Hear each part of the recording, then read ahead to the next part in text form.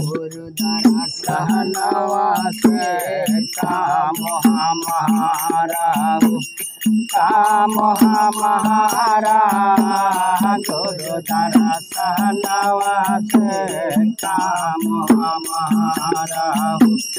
काम हमारा गुरु द्वारा सहनवा से काम हमारा काम हमारा गुरु द्वारा सहनवा से काम हमारा काम हमारा गुरु द्वारा सहनवा से काम हमारा काम हमारा गुरु द्वारा सहनवा से काम हमारा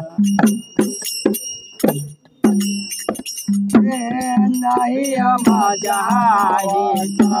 माया मिलन से नहीं हम जाई तो माया मिलन से नहीं हम काल से काम हमारा नहीं हम काल से